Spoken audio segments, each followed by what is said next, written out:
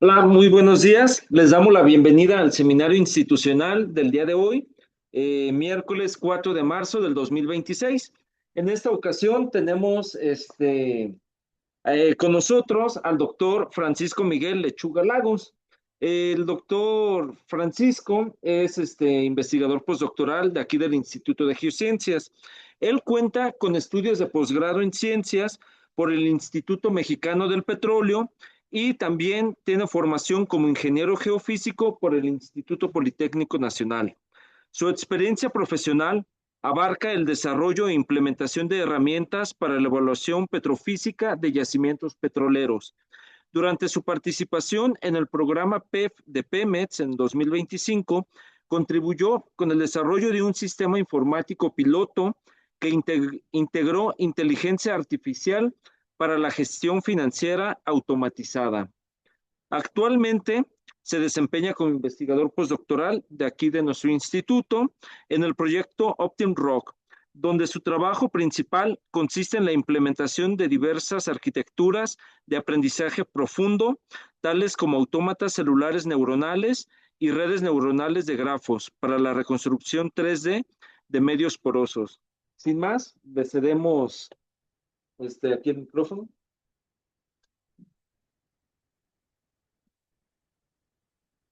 Pues gracias a todos por su asistencia. Específicamente dentro del proyecto general y para esta plática en particular estaré hablando de la reconstrucción de la estructura porosa usando rocas volcánicas como objeto de estudio y aplicando autómatas celulares neuronales. Y bueno, que estaré abarcando en esta plática, hablaré un poquito de la introducción y el objetivo, cuál fue la motivación, el por qué estar implementando inteligencia artificial para la reconstrucción de rocas. Estaré hablando sobre un contexto general de dónde provienen las muestras de roca, principalmente son cuatro muestras volcánicas. Estaré también introduciendo cómo se está generando esa estructura porosa a partir de estas redes neuronales de autómatas celulares. Mostraré unos resultados preliminares y al final unos comentarios finales que incluyen las conclusiones y hablar sobre el trabajo que está por realizarse. ¿Cuál es la principal motivación en el contexto de física de rocas?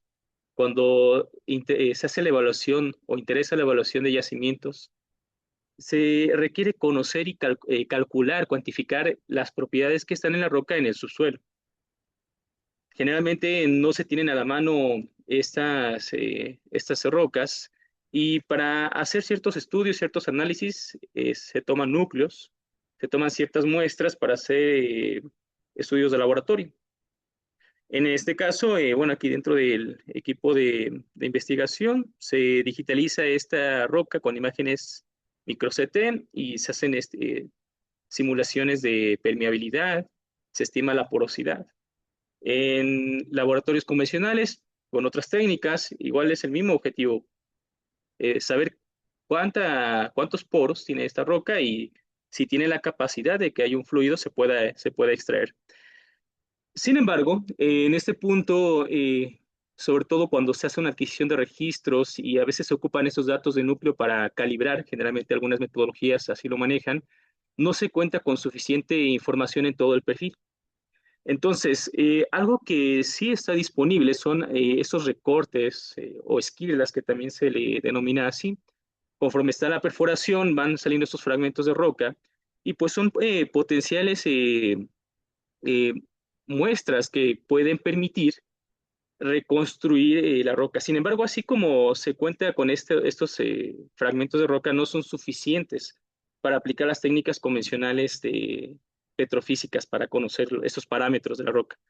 Entonces, lo que se está buscando es ayudarse de la inteligencia artificial para que a partir de una pequeña muestra se permita tener una roca digitalizada, pero que sea representativa y que cumpla con las características geológicas del medio, tanto físicas como petrofísicas. Bueno, esa es la motivación principal. Dentro del contexto del proyecto, abarca más, lo cual enfoca de usar estas imágenes de micro CT como estudio, como fuente de estudio, y a través de la integración de un marco híbrido entre autómatas celulares y redes neuronales de gráfico, no solamente reconstruir la estructura porosa, sino también pues inferir cómo se correlacionan estos poros entre sí. Y al final pues obtener esa porosidad y permeabilidad y pues validar con algunas otras metodologías. Pero me estaré enfocando específicamente en este paso, en el acondicionamiento de esta arquitectura de autómatas celulares para la reconstrucción, específicamente 2D de estas imágenes. Para el momento estoy utilizando cuatro muestras que corresponden a la HJ1412, son andesita porfírica, HJ1414, andesita, igual es una andesita porfírica, HJ1424 es una andesita basáltica, HJ1468 una andesita basáltica. Y aquí las muestro. Son de diferentes ubicaciones dentro del complejo volcánico Los Sumeros. Y lo que quiero destacar en este punto es que aunque tienen unos orígenes y algunas incluso se clasifican como el mismo tipo de roca, si observamos, tienen características topológicas diferentes, tanto en el tamaño de poro, con la forma de este poro y cómo está distribuido. Y estas imágenes que muestro aquí, pues corresponden a digitalizaciones de esta roca y exhiben esas diferentes características. La idea es que con el uso de esta inteligencia artificial, específicamente autómatas celulares, reconozca esos patrones, extraiga las características y es similar como el proceso que hacemos como en las geociencias. Podemos ver una muestra e identificarla de otra. ¿Por qué? Porque estamos identificando rasgos característicos, rasgos particulares de estas muestras. La idea es que esto también es entrenar a estas redes neuronales para que sean capaces de identificar, no solamente de identificar, sino también de reconstruir a partir de una pequeña pieza de información. Y bueno, voy al siguiente punto, que tiene que ver con la generación de esta estructura porosa, particularmente ahorita en 2D, utilizando los autómatas celulares neuronales. Pero hablaré un poquito, también para entrar en contexto, cuál es la dinámica de estos autómatas celulares, cómo se define. Un autómata celular, como podemos ver aquí en la imagen, es un conjunto de celdas. Específicamente me enfocaré en un arreglo 2D. Y tienen diferentes estados, y esos estados se definen como valor 1 si está vivo, valor de 0 si esta celda está muerta. Y depende de las vecindades que tenga esta célula, si va a estar viva o muerta, su condición en un paso hacia adelante va a depender igual del estado de sus vecinas. Y entonces lo que va a suceder es que dependiendo del estado en el tiempo t, va a estar evolucionando de manera diferente o bajo ciertas reglas en un estado T más 1. Y aquí pues muestro algunos ejemplos cuando esta célula muere, en qué condiciones también va incluso a resucitar o revivir, que también se le llama así en la literatura. Y bueno, claro.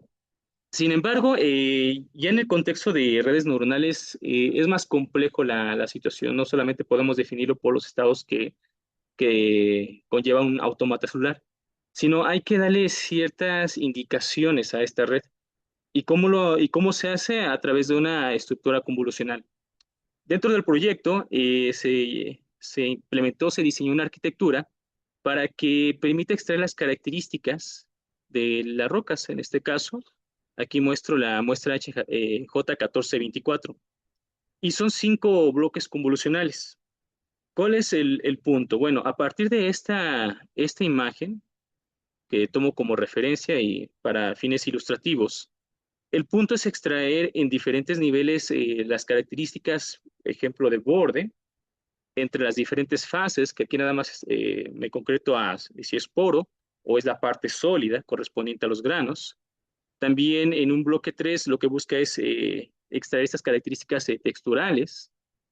También luego, y ya en un contexto más abstracto, pues cómo es la estructura global, este arreglo, la conectividad que hay entre poros. incluso pues la morfología y la topología en una capa convolucional más profunda.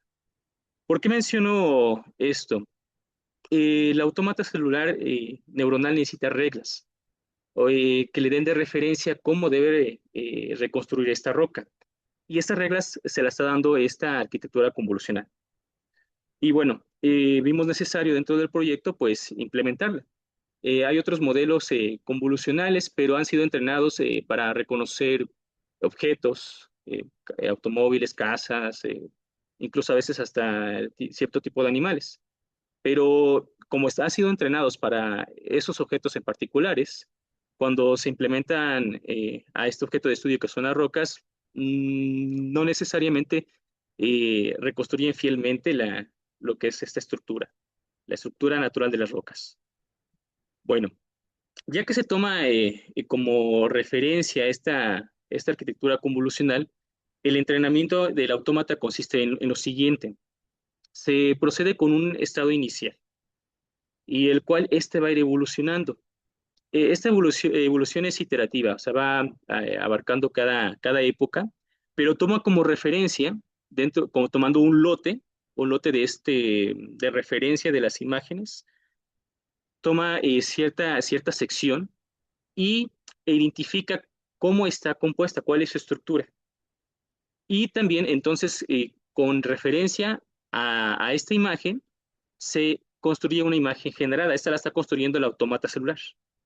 Para este punto, el autómata celular ya estaba aprendiendo esas reglas, cómo reconstruir estos poros, cómo reconstruir su distribución, pero en un estado inicial se ven patrones como de nubosidad, luego de como tipo píxeles, y va cambiando este proceso hasta que ya lo que se busca es que las características intrínsecas de la muestra original, el modelo de autómata celular, pues lo reproduzca, extraiga esos atributos topológicos que le estamos definiendo en este punto. Se calcula este error y pues en dado caso que no cumpla el criterio, se vuelve a repetir este proceso. Del lado derecho les muestro algunos ejemplos de imágenes 2D generadas con estos autómatas celulares. Y los mostré también en un inicio, pero en este caso, si no pusiera yo aquí las etiquetas y las colocara dentro de todo el bloque de imágenes que tenemos de referencia, la idea es que desde un punto de vista cualitativo sea indistinguible. ¿A qué me refiero con esto? Bueno, ya con los resultados preliminares, específicamente para la muestra HJ1414, coloco aquí una intercalación entre una imagen original, dos láminas, y esta es reconstruida y esta también es una imagen reconstruida. Si no pusiera yo estas etiquetas, cualitativamente, pues podría identificarse que corresponde al mismo conjunto de datos. Ese es el primer objetivo, o sea, a partir con esos autómatas neuronales, poder obtener esta imagen, estas secciones.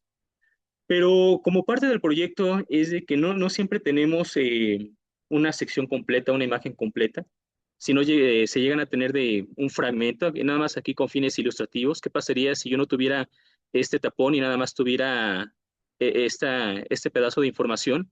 La idea es que a partir de esta información me reconstruya todo lo demás, todo lo que conlleva la roca, ¿no? Y en este caso hablando en 2D. Y aquí comparo la imagen que se está reconstruyendo con la original. Claro, con base en la imagen original no estamos viendo la misma ubicación de los poros, pero lo que sí debe ser algo representativo, estadísticamente representativo. ¿Por qué? De hecho, si nosotros tenemos una muestra, no necesariamente a su estado original vamos a colocar la ubicación precisa, la ubicación exacta de todos los poros, la forma. Claro que no, pero sí el patrón debe ser representativo de esa roca. Es por eso lo que rige este tipo de autómatas celulares que permita tener algo coherente con el medio, no que sean patrones extraños que correspondan no solamente a otras rocas, sino que ni siquiera tengan que ver con la estructura de ese tipo de muestras. Bueno, ahora, claro, algo que también tenemos que entrar aquí es con no solamente una comparación cualitativa, sino también cuantitativa. Y estamos, en este caso, estoy proponiendo ciertos criterios de comparación estadístico. En el primer recuadro, pues muestro la frecuencia de estos poros, que si tienen valor cero corresponden a poros, si tiene valor de uno corresponden a granos. El punto es de que la misma cantidad de píxeles en valor cero que correspondan a poros corresponda a la de la muestra original. En este caso, por cierta naturaleza e incluso resolución de esta imagen, hay unas tonalidades que están en tonos de grises, pero la idea es refinar ese entrenamiento para que nada más tenga bien marcadas estas dos fases. Otro aspecto que interesa tiene que ver con el diámetro de poro. En cuestión de ese tamaño de poro, si se está reproduciendo igual adecuadamente, eh, esta cantidad de poros con cierto tamaño. Y aquí nada más hago mención que los datos originales son en color negro, tanto sean barras o líneas, y en el caso de los valores que provienen de la imagen reconstruida es en tonalidad de rojo. Otro parámetro que estoy empleando es la correlación entre dos puntos. ¿Y en qué consiste? Bueno, el autómata celular como tal está viendo números. Claro, está identificando con valor de 0,1, pero espacialmente, ¿cómo se puede evaluar si está identificando que los píxeles que corresponden a poro están acumulados en una misma región? Entonces, esa técnica lo que está permitiendo es si eh, estos poros, digamos, los píxeles en valor negro, están conglomerados en una sola sección, lo que se está prediciendo es un poro de mayor tamaño. Si estos poros son pequeños y están distribuidos, entonces el patrón va a cambiar. ¿Cómo se hace esto? Pues con esta gráfica donde vemos un descenso eh, rápido en términos relativos, lo cual está implicando que esta distribución de los poros, pues no tengo un poro de mayor tamaño aquí, sino son pequeños y están distribuidos. Otro criterio que se está empleando es la correlación entre clústeres. ¿Y por qué interesa esto? Porque es cierto que se puede tener poros de tamaños similares, pero ¿cómo se evalúa si están realmente conectados? Y eso interesa porque uno de los aspectos finales es ver la conectividad para estimar la permeabilidad. Entonces, lo que hace este parámetro es identificar cómo se están conectando entre un conjunto de poros con otros. Y también otro aspecto que estoy considerando es la relación de aspecto. Y pues en este caso de las frecuencias acumuladas, lo que estamos viendo es hay una mayor variación en esta correlación, pero la tendencia, lo que buscamos es que se replique esa tendencia, lo que la línea roja corresponda eh, en este valor del eje X corresponda con la original. Y eso es interesante mencionar porque hemos observado que incluso para la misma muestra, entre cierta sección de las láminas llega a haber heterogeneidad, incluso en la forma, ¿no? Entonces, bueno, es algo interesante que estamos ahí abordando también. Y por último, esta correlación de frecuencias consiste en ver los detalles de la imagen, tanto en altas resoluciones y bajas resoluciones. Del lado izquierdo corresponde a bajas resoluciones. ¿Qué implica esto? Que la imagen sí se parece a la original en cuestión de tamaño, de distribución, pero ya para altas resoluciones está viendo el detalle incluso hasta cómo es el borde de poro, si es redondeado, si es esquinado, como ese tipo de características. Entonces es la información que está proporcionando este gráfico en particular. Claro, también tomamos algunos otros valores como ese de determinar la porosidad. Vemos que hay cierta correlación entre la porosidad original y la que obtengo de la imagen reconstruida, también el número de coordinación que tiene que ver con esta conexión entre poros. eh, Consideramos que es una buena aproximación. Y eso también, este procedimiento se hizo no nada más para esta muestra, sino para las otras tres.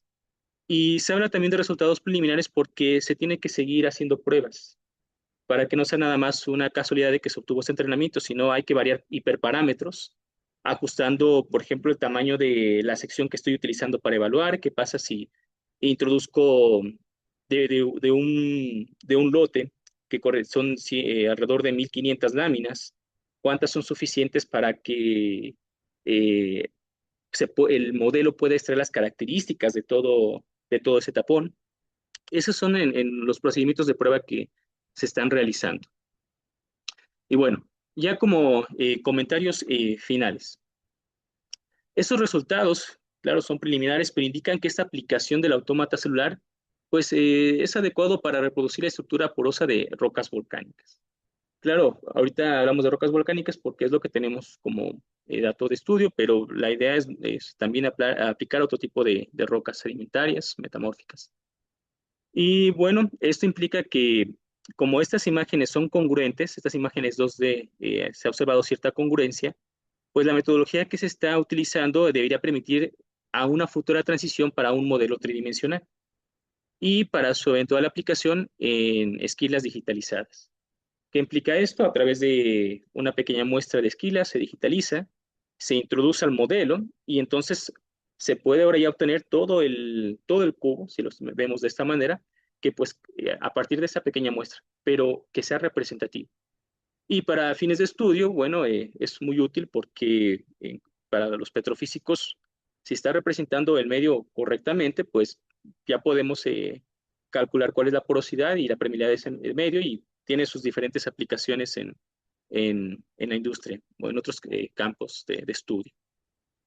¿Y cuál es el trabajo futuro? Bueno, aplicar ese entrenamiento con una mayor base de datos, eh, también implementar esta reconstrucción en 3D de rocas digitales y ya integrar la arquitectura de redes neuronales de grafos para ya no solamente ver cómo está esta distribución topológica de los poros, sino también cómo se correlacionan en conectividad y entonces tener un parámetro para ver cuál es el posible paso de estos fluidos a través de este sistema poroso.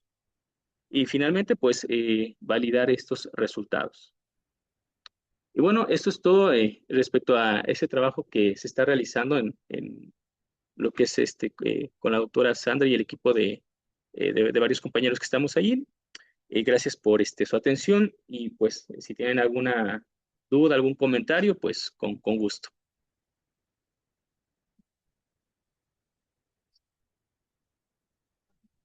Eh,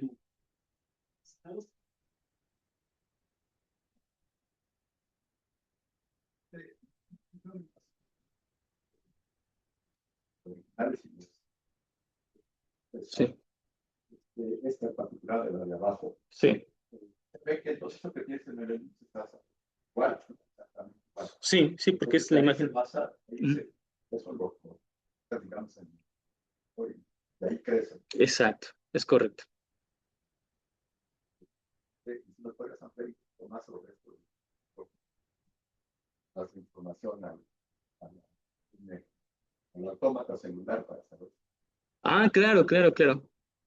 Sí, sí, voy a utilizar esta, este diagrama. Eh, esta arquitectura se toma de lo publicado por Alexander Morbisek y lo que hacemos la adecuamos para lo siguiente. Tomamos de referencia este modelo que tenemos aquí, esta red convolucional. Y entonces las características que se extraen de aquí pasan a este punto. Entonces hay un estado inicial que es estocástico, se aplica un ruido, y entonces lo que hace la imagen, digamos en este punto, se ven como píxeles, como una nubosidad. Y entonces compara, calcula el error con esta red. Para el siguiente paso, dependiendo de ese error que haya tenido, entonces hace un ajuste en ciertos pesos que tiene dentro de la red. Ajusta estos pesos. Y entonces vuelve a iterar. Utiliza como referencia nuevamente la red convolucional y hace un ajuste en esos pesos hasta que pues la pérdida o el criterio que se esté utilizando converja, ¿no? Eso es lo que se está buscando. Entonces, hay dos aspectos aquí dentro de esta arquitectura, que es una parte convolucional y una parte recurrente. La parte convolucional lo que hace es toma una imagen y la convierte en un vector. O sea, toma esta imagen, se aplica un polling, bueno, una convolución, después se aplica un polling y va extrayendo esas características, ciertos valores, ciertos pesos. Ahora, Si nada más fuera, o sea, si se realizara este proceso, la red nada más sería capaz de contrastar o identificar una imagen respecto a otra, o incluso hacer una imagen gemela, o un gemelo digital, pero no sería capaz de generar, no sería generativa. ¿Qué es lo que pasa con el autómata celular? Es que, ok, no solamente aprende cómo está esta distribución de los poros, que es el caso de estudio, sino también cómo es su comportamiento. Digamos, cada cierto paso me voy a topar con un píxel que corresponde a un poro, un píxel que corresponde a un grano. ¿Cómo va a ser esa distribución? Entonces, es lo que permite que de una pequeña sección pueda generarse una sección más grande pues la idea es que también no solamente en 2D, sino también en 3D. No sé si contesté la pregunta.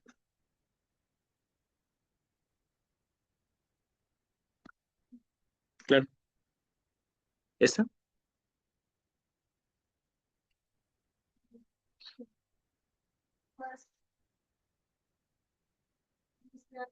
Luego sacas una morfología, luego sacas la textura y así para cada muestra, o a qué se refiere lo de los bloques. O sea, ¿cuáles son los atributos topológicos pues, con los que estás trabajando? Ah, interesante. Ok. Bueno, esos bloques son bloques convolucionales. O sea, no, los va aprendiendo que son representativos para cada muestra. Sí. ¿Qué es lo que hace esta red convolucional? Por ejemplo, aquí para esta imagen en específico, le doy la imagen y entonces lo que hace esta red neuronal me está identificando estos contrastes que se pueden ver ahí, ¿no? Pero si yo meto otra imagen y no ha sido entrenada, entonces como hipótesis ahí habría cierto ruido. ¿Por qué? Solamente es capaz de identificar con las 4 muestras que se han estado empleando para entrenar.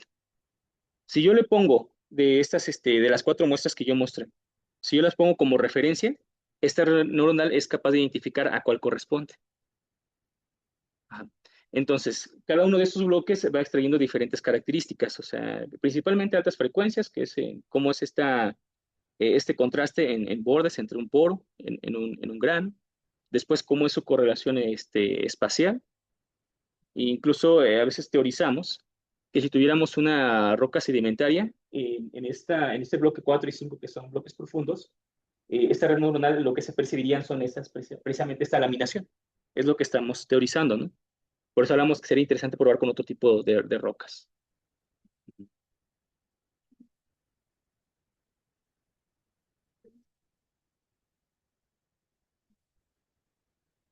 La evolución. Ah, ok, interesante pregunta. Respecto a eso, no me estoy enfocando específicamente en ese punto ahorita. Lo que hago es nada más con esta red neuronal que sea capaz de extraer esos pesos, a qué corresponde, o sea, que me identifique, es un poro, es un grano. Y sería interesante también abordar específicamente, o sea, con esos atributos a este nivel convolucional. Sin embargo, yo los estoy extrayendo, los estoy transpolando a la parte del autómata. O sea, es donde yo estoy identificando con lo que les mostré en los gráficos, a ver qué criterios se están correspondiendo, si con la imagen generada corresponden a la imagen que yo estoy tomando como objetivo.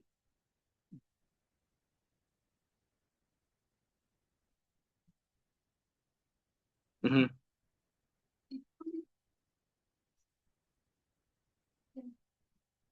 Se llama, parece que tiene un poro más grande o vas a reconstruir una roca completamente diferente. Sobre Oh, todo pensando en las esquirlas, ¿no? sí, sí, sí,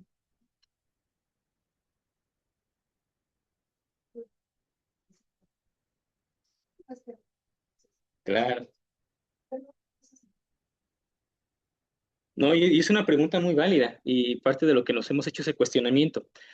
Lo estamos atacando desde dos frentes, por así decirlo. Primero, le voy a mostrar aquí. Aquí nada más mostré 2 imágenes que entran en este lote para el automata celular. Y estas 2 imágenes corresponden a diferentes posiciones dentro de ese tapón.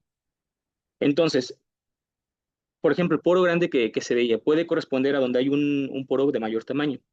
Pero tanto la convolucional como el autómata celular tiene que tomar de referencia todas esas características. ¿Qué significa esto? Por ejemplo, para lo que fue la red convolucional, está aprendiendo de todas las láminas que correspondan a ese tapón.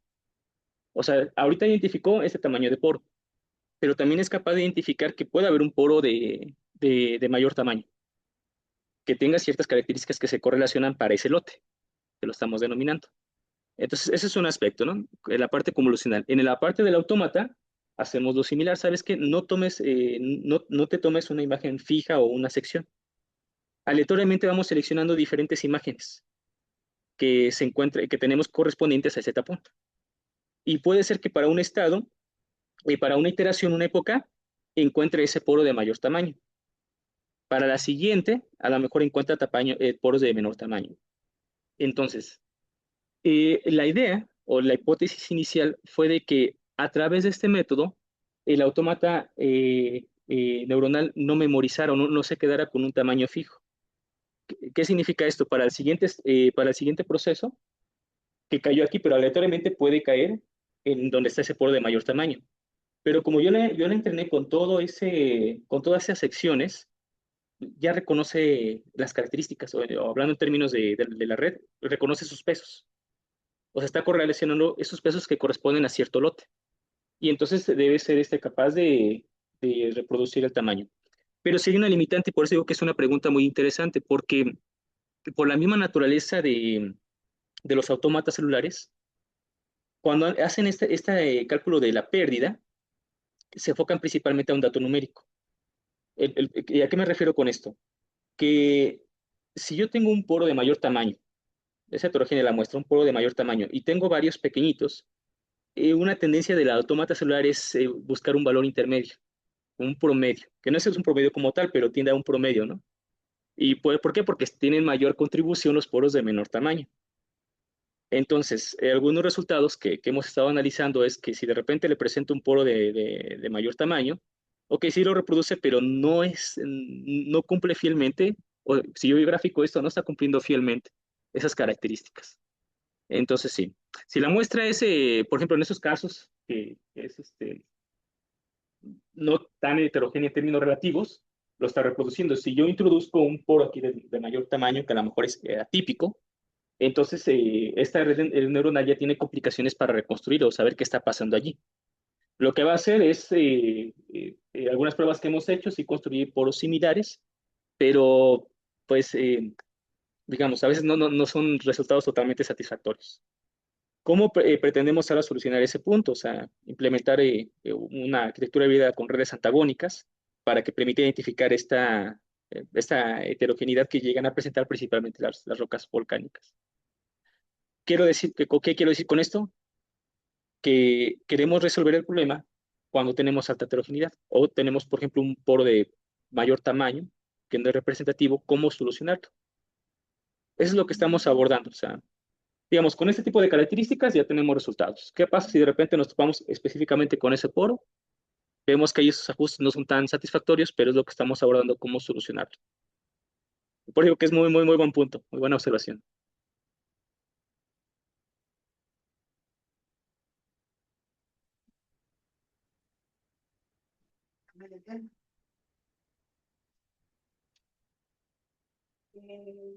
Sí lo dijiste, pero quizás como para aclarar, Okay.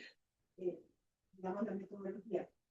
Las redes neuronales aprenden y el autómata celular utiliza el aprendizaje digamos, dicho en forma coloquial, aprende. El autómata celular utiliza los patrones aprendidos por la red neuronal convolucional. Y ya pues lo que está explicando Francisco, como el autómata celular lo que hace es aprender, utilizar patrones, porque los autómatas celulares son unos objetos artificiales, no son computacionales, solitos, sin inteligencia artificial. Eso existía antes de la inteligencia artificial. Son fractales, realmente son fractales que se han utilizado, le ponen una regla y empieza de una semilla se va creciendo y se va haciendo el autómata celular, reproduciendo un patrón. Lo que está usando Francisco es una combinación de esa metodología del autómata celular que aprende perdón, que tiene un patrón, puede ser un patrón muy complejo, pero entonces en lugar de ponerle uno el patrón, de decirle, esta es la reglita, muertos, vivos, etcétera, lo que le está explicando, se utiliza el patrón que está aprendiendo con la red neuronal, que esa es la parte de inteligencia artificial. Y la pregunta que haces, Dora, de que, ok, si tienes una cosa que no se ve, o sea, que no es como que se ve muy diferente a lo que es la, digamos, en general la roca, lo que explicaba Francisco, que como te da es más bien como promedio es porque lo que hace es tratar de reproducir el patrón. Como ese, por ejemplo, ese corote grandote no está como dentro del patrón general que aprendió, entonces trata de reproducir el patrón aprendido, que es un corote grandote y uno.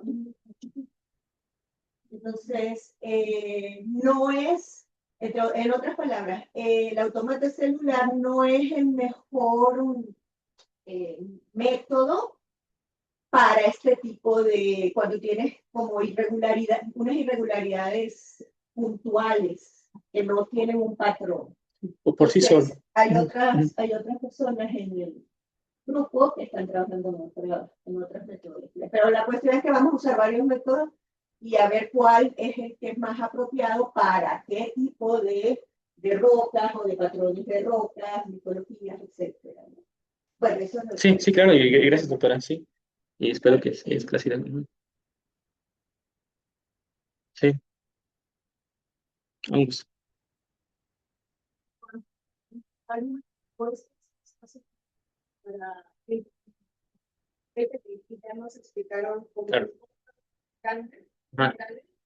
la técnica que estás utilizando para entrenar. Por lo que comentaste ahorita, que también me entender un poquito en la presentación, es que, por ejemplo, para ese segmento sacas diferentes secciones o tienes diferentes secciones y cada una es una muestra con esto que estás entrenando, ¿no? Ujú. Pero por ejemplo, cuántas secciones y cuántos cortes o perfiles haces de cada una de estas muestras? En total, ¿cuánto Ok. estás entrenando? Ok.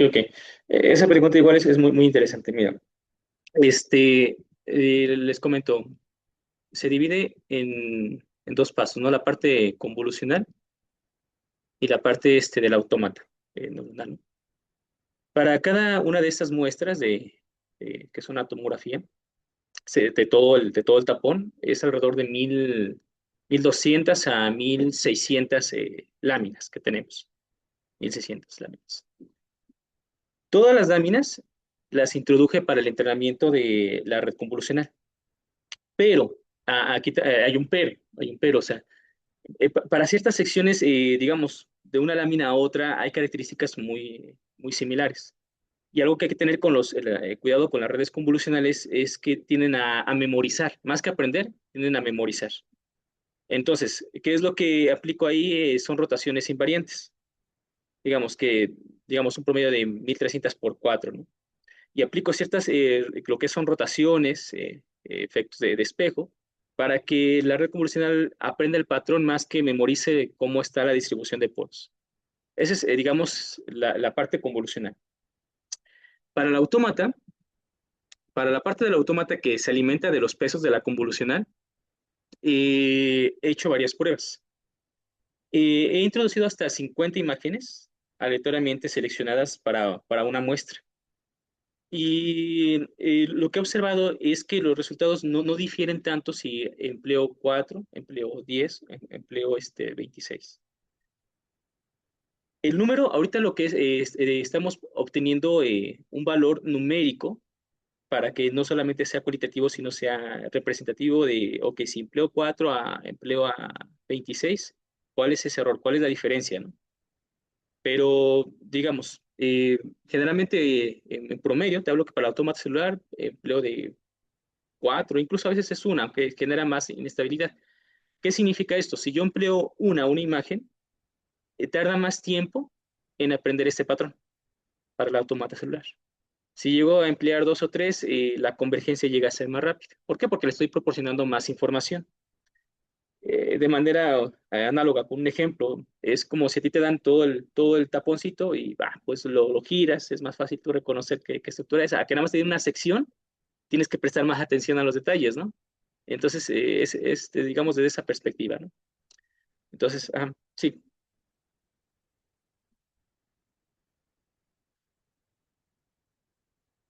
ajá,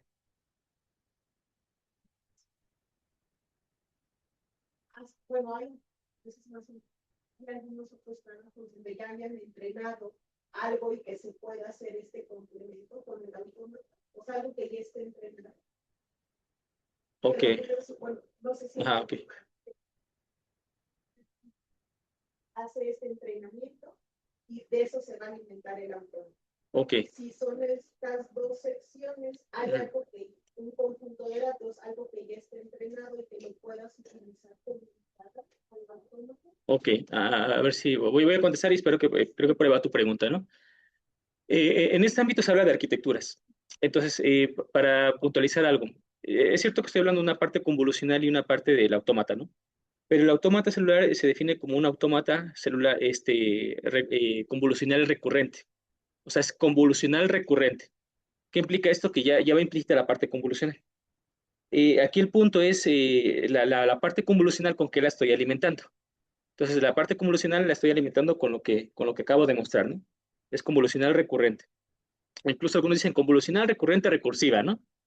Entonces, lo que van haciendo es haciendo más compleja esta arquitectura y lo que hay trabajos publicados donde aplican lo que es una autómata celular convolucional recurrente recursivo. O hay un autómata convolucional recurrente antagónico.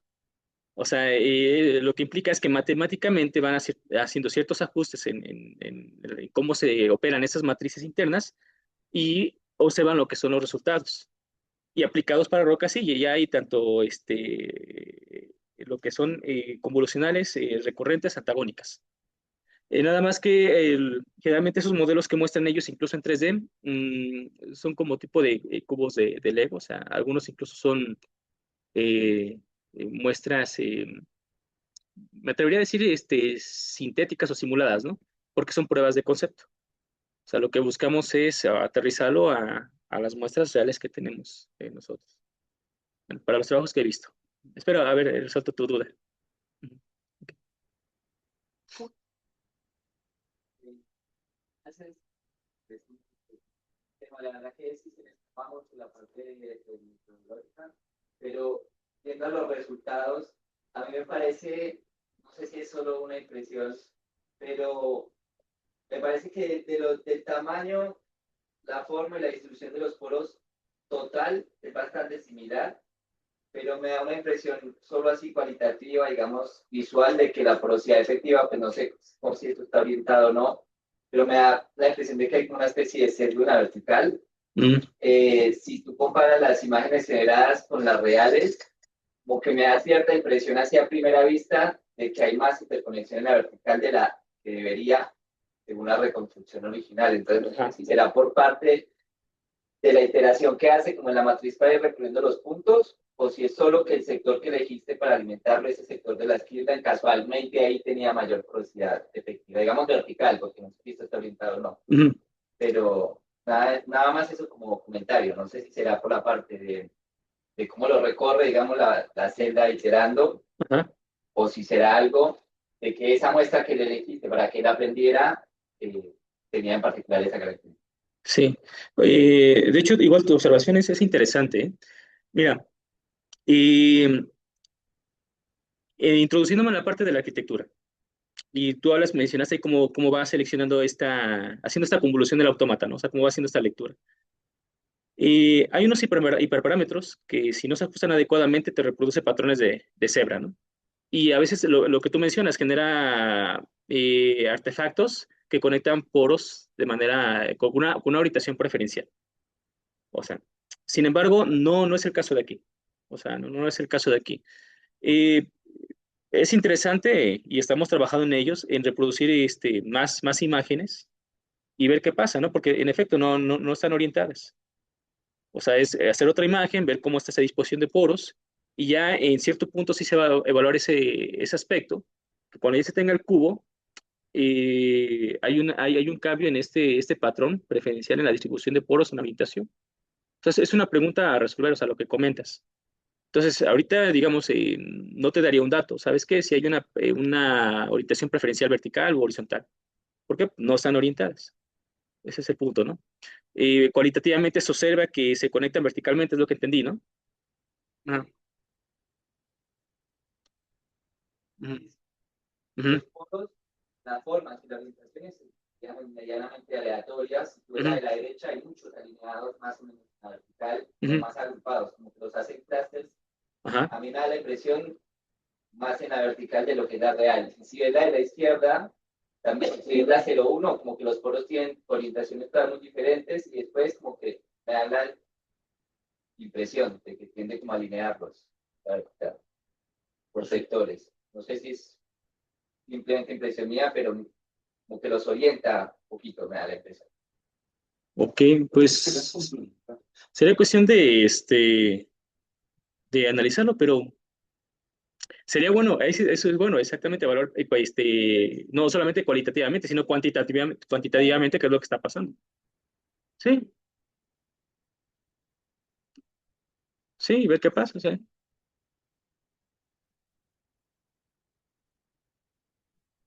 Una orientación artificial, sí. Ujú. Sí, claro, claro.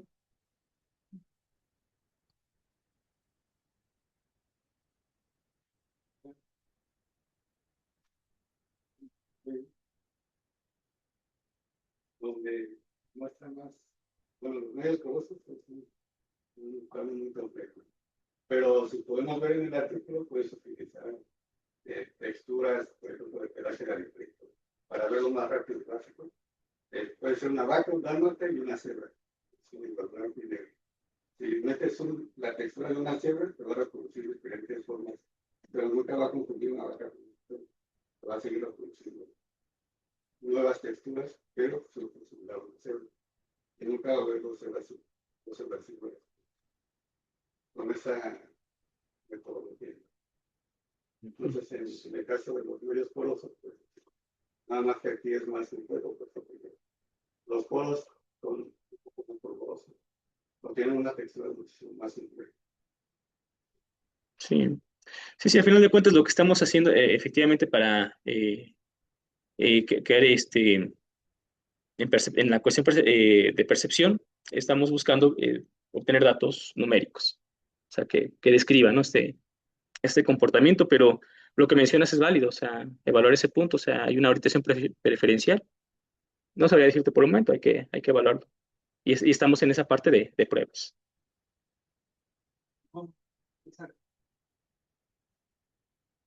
Les agradecemos mucho su presencia y bueno, aquí sigue Francisco afuera, pues y hay más dudas. Muchas gracias. Gracias.